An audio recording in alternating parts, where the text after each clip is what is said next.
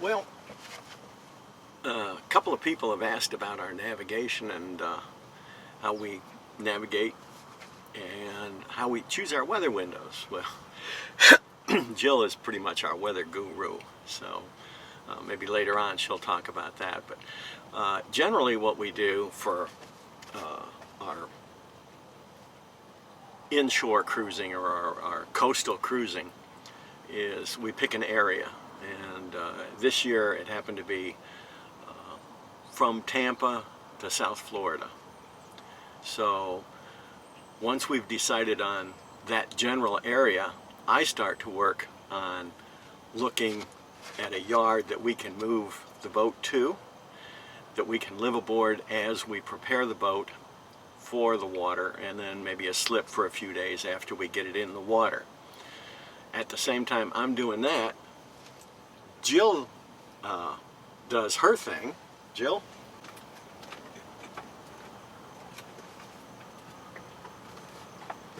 Hi.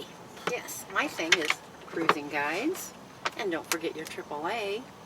And the best thing of all is local knowledge. So be sure and talk to your local people. They're very friendly and they are proud of their area. Absolutely, local people. I know a lot of people then choose their route at home and they plot it all out, and then they take that plot to the boat and they're going to follow those courses. And I thought about that a couple of times, but we're open-ended. We don't have a strict time rule. We're not on a 2-week vacation. So what we normally do is plot our course day by day. We know that we're going to go from one area to one area. We've pre-positioned our truck down in southern Florida right now, and with the trailer in it, and we're heading in that general direction. We're actually on the river today.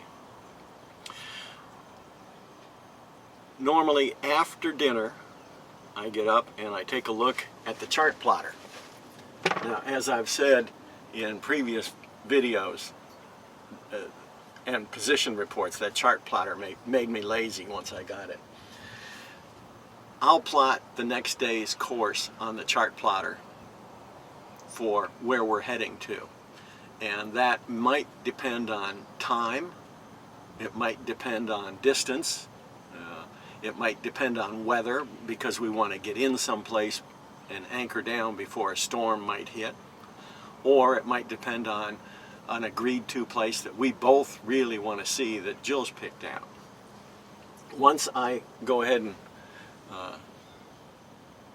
pick out a course to about the distance we want to go, I hop on our tablet and I look for spots that we can stop in the Active Captain app.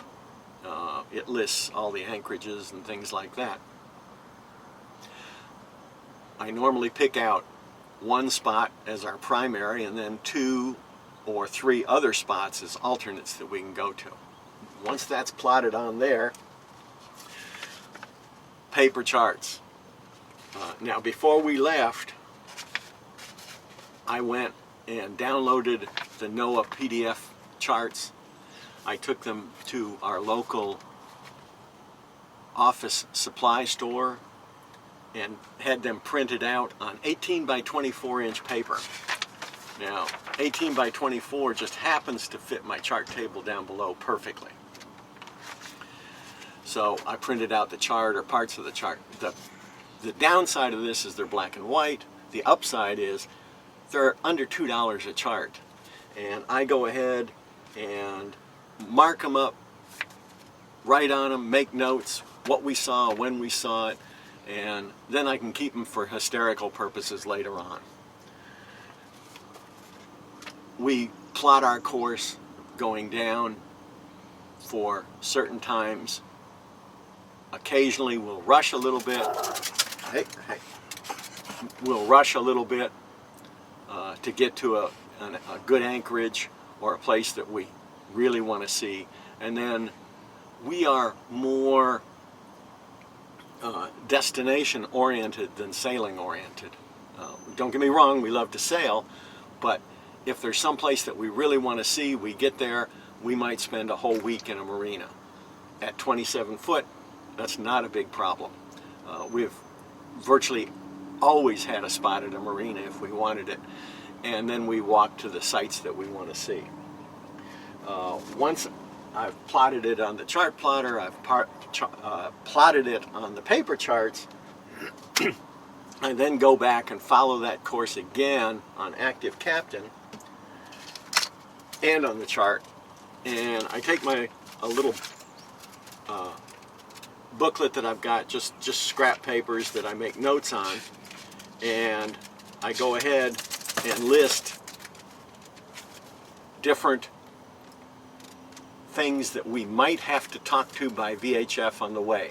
I do this more now on the intercoastal waterway and stuff because we're going through so many bridges, and then I list the bridge, I list what type of bridge it is, or if it's a lock or if it's something like that, and then I'll make a note of what VHF channel they're on so that I can hail them as I get close to them. I know who I'm talking to and when.